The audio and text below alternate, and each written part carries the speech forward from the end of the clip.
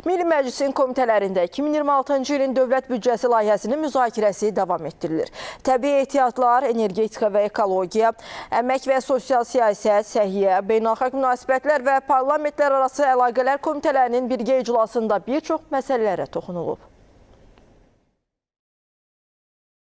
Xüsusi olaraq vurğulayım ki, cari ildə büdcə xərclərinin 99,2%-i məhz xəzinə müşahidə ilə ünvanlı şəkildə təmin edilibdir. Növbəti dövrədə bu istiqamətdə addımlar atılacaqdır.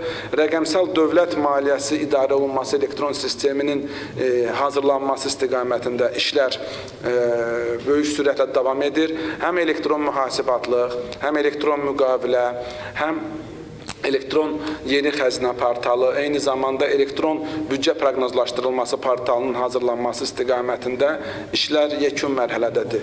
Fondun 2026-cı il üçün ümumi xərclərinin 8 milyard 483 milyon manat həcmində olması proqnoz edilir. Bunun da 96,6% və ya 8 milyard 196 milyon manatı əhalinin əhaliyə ödənişlərin payına düşür.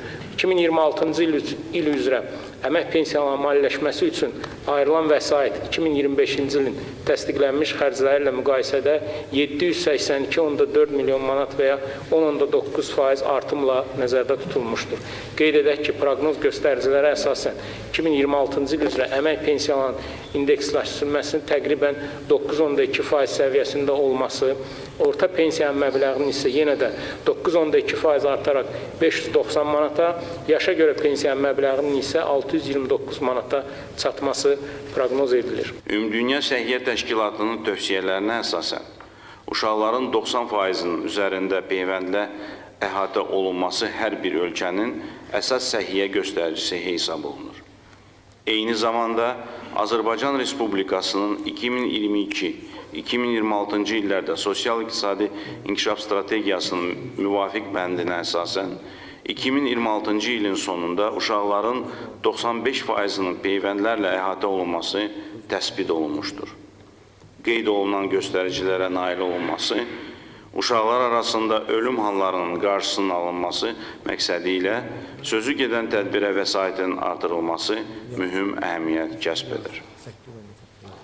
GİÇ-lə mübarizə tədbirlərinin maliyyə təminatı üçün 2025-ci illə müqayisədə 632,6 min manat çox vəsait ayrılması nəzərdə tutulur. 2026-cı ilin baza senaryoda olan proqnozunda ölkə iqtisadiyyatında əlverişli makroiqtisadi mühitin müşahidə ediləcəyi, o cümlədən ölkə iqtisadiyyatının real artım, məqbul inflyasiya, cari əməliyyatlar balansında profisit və sabit məzənnə ilə xarakterizə olunacağı gözlənilir. Bazı senaryoda təqdim olunmuş proqnozlara əsasən 2026-28-ci illərdə neft sektorunda azalmanın nəzərdə tutulması fonunda ümumi daxili məhsulun həm nominal, həm də real artımının təkcə qeyri-neft qaz sektoru hesabına təmin ediləcəyi, qeyri-neft qaz sektorunda artım bütün sahələrə töhfə verəcəyi proqnozlaşdırılmışdır.